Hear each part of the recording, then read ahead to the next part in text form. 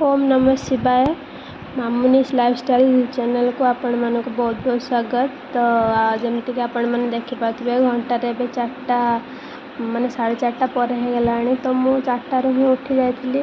पूजा पर्वाणी दिन जल्दी जल्दी उठा पड़े, न उठले तो किसी काम ही हुए। तापर मुझे एमती भी जल्दी उठापी पड़ुची कारण आदि स्कूल जाऊँगी। आज तो कौन आपण मैंने जानी थे, तो आमर आज एपटे माने श्रावण मासर प्रथम सोमवार आमर ना, तो गणा जाए संक्रांति पर ही श्रावण मास को धरा जाए प्रथम संक्रांति। संक्रांति ठारू तो कौ जगार तो अच्छी कि पूर्णिमा पर ठार श्रावण मास पालन करती माने मसर, किंतु आम संक्रांति पर ही आरंभ हुए।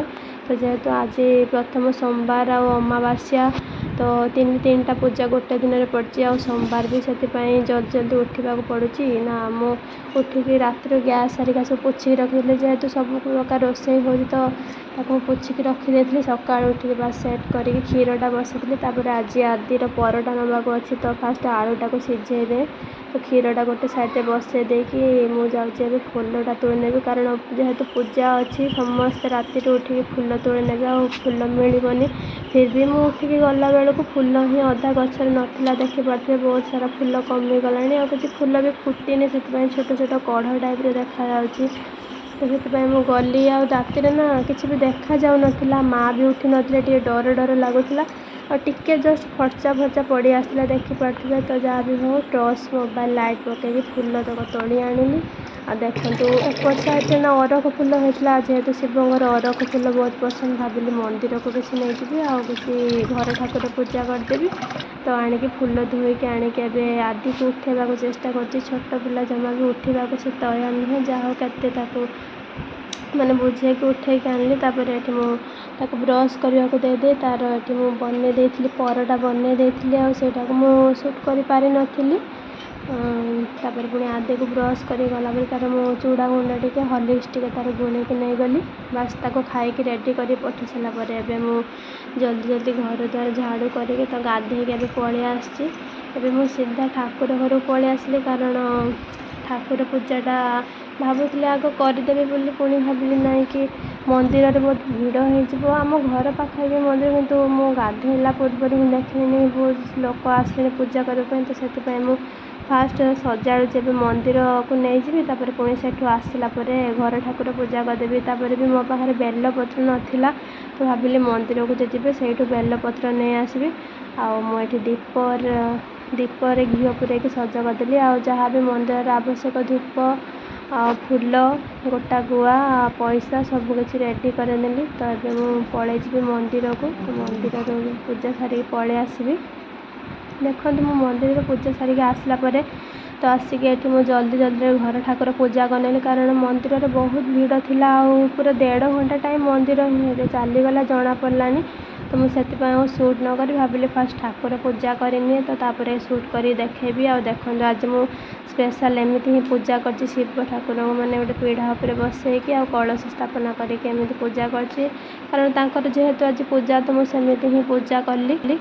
मो मन एमती कहुए मन ही भक्ति थे सबकि ये, तो से मत एमती भल लगे मुझे ही कली। आठी पूजा करके नहीं आसती, तो ताकू सब नहीं आसली भोग सजार देली। तो कारण माँ को रखीदेली।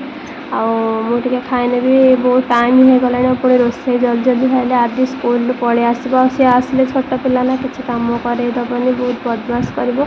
तो से सब बेले चेष्टा करें कि आदि आसवा पूर्वर ही सबकि कम सारिकी सहित टे टाइम स्पेंड करी कथा हेबी। तो जल्दी जल्दी ताको खुआई शुआदेले मत भी कम छुट्टी मिल जाए, से मुझे जल्दी जल्दी ठाकुर घर पलि आसी भोग सजाड़ी टे खाई नेली। माँ को आदि रखीदेली। आठी जेहेतु आज अरुआ रंधा हे ना, तो अरुआ चाउल को धोई नहीं आठी चूली रे रोषे तरकारी बसी देखा जा चाउलटा बहुत पुराना हो गला, से केमी टाइप कलरटा देखा आपण मैंने देखु।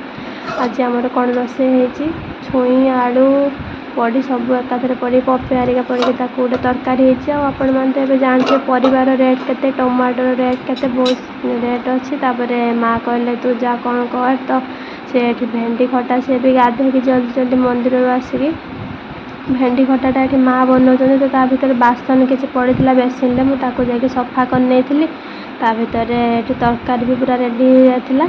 ଆଉ ଦେଖନ୍ତୁ ଝୁଳ ତରକାରୀଟା ବି ପୁରା ବନା ହେଇସାରିଥିଲା। ଏଠି ଆଣିକି ରଖିଦେଇଥିଲେ କେମିତି ଦେଖାଯାଉଛି। ତାପରେ ମୁଁ ଭାବିଲି ନଡ଼ିଆ ଯେ ଭୋଗ କରିକି ଆଣିଥିଲି ଫାଳେ ତ ତାକୁ ଭୋଗରେ ପକାଇଥିଲି ଆଉ ଫାଳେ ଥିଲା। ତ ଆଦିନା ବହୁତ ଭଲ ପାଏ ଖାଇବା ପାଇଁ ନଡ଼ିଆ ଚଟଣି, ସେଥିପାଇଁ ଭାବିଲି ତ ସେଥିପାଇଁ ନଡ଼ିଆ ଚଟଣି ବନେଇବି। ଆଉ ଟାଇମ୍ ବହୁତ ହେଇଯାଇଥିଲା, ପୁରା 10:30 ପାଖାପାଖି ହେଇଗଲାଣି। ମୁଁ ଜଲ୍ଦିରେ ଆସିକି ଏଠି ନଡ଼ିଆଟା କରିଦେଇକି ତ ତାକୁ ଗ୍ରାଇଣ୍ଡିଙ୍ଗ କରି ରଖିଦେଲି। ଆଉ ଆଳୁଟା ସିଝେଇକି ରଖିଥିଲି ଚଟଣି କରିବି ବୋଲି, ତାକୁ ଟିକେ ଆଜି ସୋରିଷ ତେଲ ତ ଖିଆ ହେବନି, ସେଥିପାଇଁ ଟିକେ ତାକୁ ରିଫାଇନ୍ ତେଲ ବଡ଼ି ଆଉ ଭୃଷଙ୍ଗ ପତ୍ର, ଶୁଖିଲା ଲଙ୍କା, ଜିରା ପକାଇ ତାକୁ ଟିକେ ଛୁଙ୍କି ଦେଉଛି। ଛୁଙ୍କି ଦେଲେ ଟିକେ ଭଲ ଲାଗିବ ବୋଲି। ତ ଏଠି ଆଳୁରେ ପକାଇ ସାରି ତ ଏବେ ମୁଁ ନଡ଼ିଆ ଚଟଣି ପାଇଁ ପ୍ରିପାରେସନ୍ କରୁଛି। ଦେଖନ୍ତୁ ନଡ଼ିଆ ଚଟଣି ନେଇଛି ଗୋଟେ ସୋରିଷ, ଶୁଖିଲା ଲଙ୍କା ଆଉ ଭୃଷଙ୍ଗ ପତ୍ର ନେଇଛି, ତାକୁ ବି ଟିକେ ରିଫାଇନ୍ ତେଲରେ ପକାଇକି ତାକୁ ବି ଛୁଙ୍କିକି ଏଠି ମୁଁ କାଢ଼ିଦେବି। ଆଉ ତାପରେ ତ ମୋର ସବୁ ରୋଷେଇ ସରିଗଲା। ଆଉ ନଡ଼ିଆ ଚଟଣିରେ ମୁଁ କିଛି ବି ପକାଇ ନଥିଲି, ପୁରା ସାଧା, ଖାଲି ଜିରା ଟିକେ ପକାଇକି ଟିକେ ଲଙ୍କା ଗୁଣ୍ଡ ପକାଇକି ତାକୁ ପେଷ୍ଟ କରିନେଇଥିଲି। ଲୁଣ ଆଉ ଟିକେ ଖଟା, ଟିକେ ଚିନି ପକାଇ ପେଷ୍ଟ କରିନେଇଥିଲି। ତା ଭିତରେ ଏଠି ବି ବନି ଯାଇଥିଲା ଦେଖନ୍ତୁ ଭେଣ୍ଡି ଖଟା। ତାପରେ ପୁଣି ଏଠି ମୁଁ ଭାତଟା ବସାଇ ଦେଇଥିଲି। ତା ଭିତରେ ଆଦି ପଳେଇ ଆସିଥିଲା ସ୍କୁଲରୁ, ତ ତାକୁ ଖୁଆଇ ସାରି ସେ ମୋବାଇଲ ଦେଖେନା ଆସିଲେ, ତ ତାକୁ ଖୁଆଇ ସାରି ତାକୁ ମୁଁ କହିଲି ଯା ବସିବା ପାଇଁ, ସେ ସେଇଠି ବାହାରେ ଟିକେ ଖେଳୁଥିଲା। ତ ତା ଭିତରେ ମା ମୁଁ ଖାଇନେଲେ ଦେଖନ୍ତୁ ଭାତ ଆଉ ଆମ୍ବ, ଆଳୁ ଚଟଣି, ଆଉ ତାଙ୍କର ଦେଇଥିଲେ ତ ମଟର ତରକାରୀ, ଭେଣ୍ଡି ଖଟା ଆଉ ଏମିତି ସବୁ। ଦୁଇଟା ମଞ୍ଜ ହେଲା ଅଟାରେ ଗୋଳେଇବା।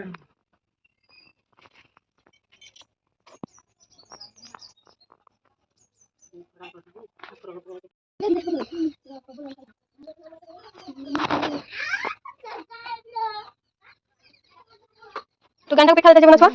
ଗେଣ୍ଡାକୁ ପିଠା ଦେଇଯିବୁ ନା? କ'ଣ କହିବନି? ଏଇ ପୋଖରୀରେ ଯେଉଁ ଗେଣ୍ଡା ଅଛନ୍ତି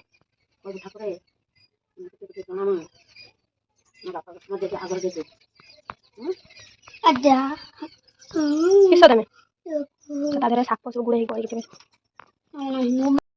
ତ ଖାଇସାରି ବାସନ ଧୋଇକି ଟିକେ ରେଷ୍ଟ ନେଲା ପରେ ଏବେ ପୁରା ବେଳଓଳି ଟାଇମ୍ ହେଇଯାଇଥିଲା। ଯେହେତୁ ଆଜି ଚିତା ଲାଗି ଅମାବାସ୍ୟା ଆପଣମାନେ ଜାଣିଥିବେ, ତ ଆମର ଏପଟେ ତ ବେଳଓଳି ପିଠା ହୁଏ। ପିଠା ହେଇକି ଠାକୁର ଘରେ ଭୋଗ ଦିଆଯାଏ ଆଉ ପୋଖରୀରେ ଦିଆଯାଏ, କାରଣ କୁହନ୍ତି ଯେ କ'ଣ ଗେଣ୍ଡାକୁ ଦେଲେ ଗୋଡ଼ କାଟେନି, ଏମିତି କ'ଣ ଏପଟେ ରୀତି ରିବାଜ ରହିଛି। ସେଇଥିପାଇଁ ମା ଜଲ୍ଦି ବନେଇ ଦେଇଥିଲେ। ତ ଏବେ ଯାଉଛନ୍ତି ପୋଖରୀକି ଦେବା ପାଇଁ, ଚାଲନ୍ତୁ ଦେଖିବା।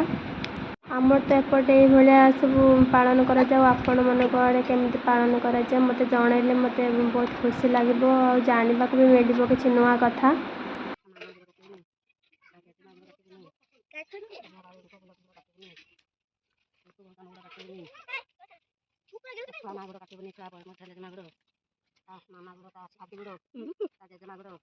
କୁକୁର ଉଡ଼ିଆ ଦିଅ।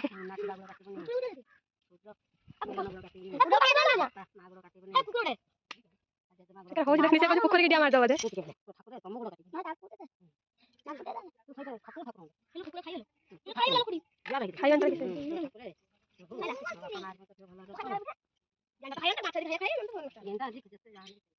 ତାକୁ ମାଛ ଖାଇଏ, ଠିକ କଥା।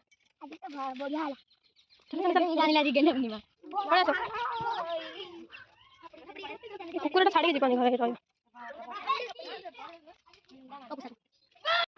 ମା ଏଠି ଭୋଗ ଦେଇସାରିଲା ପରେ ତ ସେଠି ଆମେ ଖାଇଥିଲୁ। ଦେଖନ୍ତୁ ସାହି ସାରା ସମସ୍ତେ ଆଣିକି ସେଠି ଭୋଗ ଦେଉଥିଲେ ପୋଖରୀରେ ଗେଣ୍ଡାକୁ, ମାନେ ଚିତଉ ପିଠା କରିକି ତାଳରେ ଆଉ ଅଟା ଗୋଳେଇକି, ଯିଏ ଚାହିଁବ ସେ ଚୁନା ବି ଗୋଳେଇକି କରିପାରିବ। ଯେହେତୁ ଆମର ଚୁନା ପାଣିରେ ପଡ଼ିବାକୁ ମନେ ନଥିଲା, ତ ସେଥିପାଇଁ ଆଜି ସେମିତି କରିଦେଲେ। ତ ତାପରେ ଦେଖନ୍ତୁ ସନ୍ଧ୍ୟା ଟାଇମ୍ ହେଇଗଲା, ତ ମୁଁ ଏପଟେ ପଳେଇ ଆସିଲି ସନ୍ଧ୍ୟା ଦେବା ପାଇଁ। ଆଉ ଏଠି ମା ଭୋଗ ଆଣିକି ପିଠା ପୋଖରୀରେ ଗୋଟେ ଦେଇଥିଲେ, ଆଉ 2 ଖଣ୍ଡ ରଖିଦେଇଥିଲେ ଏଠି ଠାକୁର ଘରେ ଦେବା ପାଇଁ। ତ ଯେମିତି ନୀତିଆନ୍ତି ମୁଁ ସନ୍ଧ୍ୟା ଦିଏ, ସେମିତି ଫୁଲ କାଢ଼ିକି ତ ସନ୍ଧ୍ୟା ଦେଇସାରିଲା ପରେ ଏବେ ମୁଁ ମାଆଙ୍କୁ କହିଥିଲି, କାରଣ ରାତିରେ ତ ତୁଳସୀ ପତ୍ର ଛିଡ଼ା ଯାଏନି, ମା ବେଳଓଳିରୁ ତୋଳିକି ରଖିଦେଇଥିଲେ। ତ ଏବେ ମୁଁ ସେଇଆ ହିଁ କରୁଛି, ମାନେ ଭୋଗ ଦେଇଦେବି। ଦେଇସାରିଲା ପରେ ମୋର ଏଠି ସନ୍ଧ୍ୟା ଘରେ ଠାକୁର ଘର କାମ ସରିଯିବ। ତ ଏମିତି ବ୍ୟସ୍ତତା ଭରା ଲାଇଫ୍ ତ ସବୁ ଗୃହିଣୀମାନଙ୍କର ଥାଏ, ଯେ ପୂଜା ଦିନରେ ହେଉ ବା ବାକି ଦିନରେ ହେଉ। ତ ଆଜି ସେମିତି ଦିନଟି ଥିଲା। ତ ଆଜିର ଭିଡ଼ିଓଟି ଆପଣମାନଙ୍କୁ କିପରି ଲାଗିଲା ମୋତେ ନିଶ୍ଚିତ ଜଣାଇବେ। ଆଉ ପସନ୍ଦ ଆସିଲେ ଗୋଟେ ଲାଇକ୍ କରିବେ, ଆଉ ଯଦି ଚ୍ୟାନେଲକୁ ସବସ୍କ୍ରାଇବ୍ କରିନାହାନ୍ତି ସବସ୍କ୍ରାଇବ୍ କରିଦେବେ। ତ ଆଜି ପାଇଁ ଭିଡ଼ିଓଟିକୁ ଏଇଠି ରଖୁଛି, ପୁଣି ଆସିବି ଆଉ କିଛି ନୂଆ ଭିଡ଼ିଓ ନେଇ। ଓମ୍ ନମଃ ଶିବାୟ।